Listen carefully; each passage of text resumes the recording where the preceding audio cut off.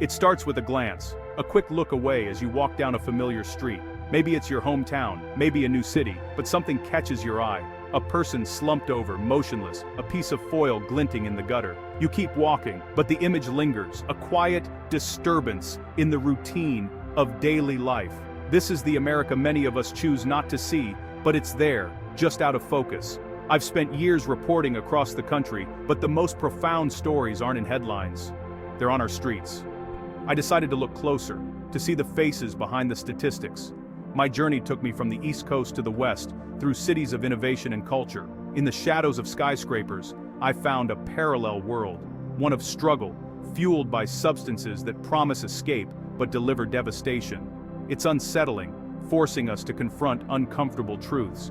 You see the humanity in people dismissed as statistics. A young man with hollow eyes, a woman trembling from withdrawal. These are not faceless addicts. They are someone's child, parent, or friend, lost in plain sight. This isn't about blame, it's about bearing witness.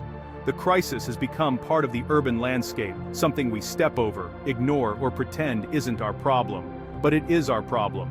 It affects our communities, our safety, and the soul of our nation. Ignoring it allows suffering to continue. This journey is an invitation. Open your eyes and truly see the America right in front of us. We must acknowledge the crisis, not just as a statistic, but as a human tragedy. The people we pass on the street are not invisible. Their stories matter. To look away is to let the darkness spread. Let's choose to see, together. In Philadelphia's Kensington neighborhood, the opioid crisis is impossible to ignore. People openly use drugs on sidewalks in broad daylight, leaning against buildings, huddled in groups. The air carries the sweet chemical scent of synthetic substances. Faces here tell stories of pain, young and old, every background. I met a former contractor whose injury led to painkillers, then addiction. Now his life revolves around a single need. His story is echoed by many, trapped in a cycle nearly impossible to break alone. What's most shocking is the normalization. People walk by, unfazed. Life continues for everyone else. For those in addiction's grip, time stands still. Their world shrunk to a block, a corner, a next dose. I saw a young woman preparing a substance, her hands shaking but practiced. Our eyes met, no defiance, just emptiness. The landscape tells the story. Shuttered storefronts, graffiti, littered paraphernalia. It feels forgotten. Outreach workers offer clean supplies, food, and compassion, but they're overwhelmed. Kensington is a stark reminder. This crisis is not abstract, it's a human tragedy unfolding daily. The suffering is visible, but so is the resilience of those trying to help. The community is fighting a tidal wave with a bucket. The crisis here is a chorus of pain and survival. It's a place left behind, but not without hope. Every person here has a story worth hearing. We cannot afford to look away. In San Francisco's Tenderloin district, the crisis takes a different form. Here, methamphetamine and fentanyl dominate, creating chaos and volatility. The quiet despair of Kensington is replaced by unpredictable energy, people in distress, lost in their own worlds. Open-air drug use is everywhere, but the behaviors are more erratic. The contrast between wealth and poverty is stark. Tech headquarters beside tent encampments. I spoke with a business owner who cleans needles from his doorway daily, torn between compassion and fear. Stories here are as varied as the city itself. A young person seeking acceptance, now trapped in addiction. The initial allure of drugs quickly turns to entrapment. The city responds with a harm reduction and outreach, but the scale is immense. The Tenderloin is a symbol of a city's contradictions, immense wealth and heartbreaking poverty side by side. The crisis is impossible to ignore, yet often overlooked. Every block tells a new story of struggle. The fight for survival is visible in every face. The need for compassion and action is urgent. This is San Francisco's reality. One city, two worlds. In Denver, the crisis feels newer but is growing fast. Signs of public drug use are clear near transit hubs and parks. The problem is transient, centered in public spaces. Young people, often homeless, carrying their lives in backpacks. Fentanyl and methamphetamine are the main threats, creating a dangerous mix. The city's rapid growth pushes the crisis into greater visibility. I spoke with a librarian balancing safety and compassion, overdoses in bathrooms, people in crisis, staff untrained for emergencies. Denver reveals the intersection of addiction, mental health, and housing shortages. Outreach workers reverse overdoses daily, but resources are stretched thin. The crisis is not just on the coast, it's national, reaching every corner.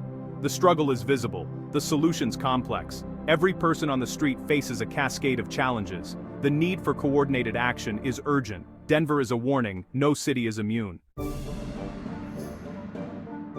Seeing the crisis is one thing, understanding its scale is another. Over 100,000 Americans die from drug overdoses each year, more than car crashes and gun violence combined. Synthetic opioids, especially fentanyl, drive this catastrophe. Fentanyl is so potent that a few grains can be lethal, and it's often mixed into other drugs without users knowing. This puts anyone using street drugs at risk, even if they're not opioid users. The crisis is everywhere. Rural towns, suburbs, cities, all ages, races, backgrounds.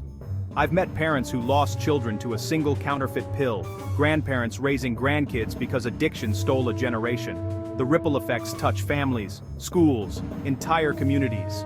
In Appalachia, the crisis began with painkillers. On the West Coast, it's tied to homelessness and mental health. Fentanyl turns every drug use into a deadly gamble. The numbers scream a truth we can't ignore. This is the deadliest drug crisis in American history. The urgency is real. We must face it together.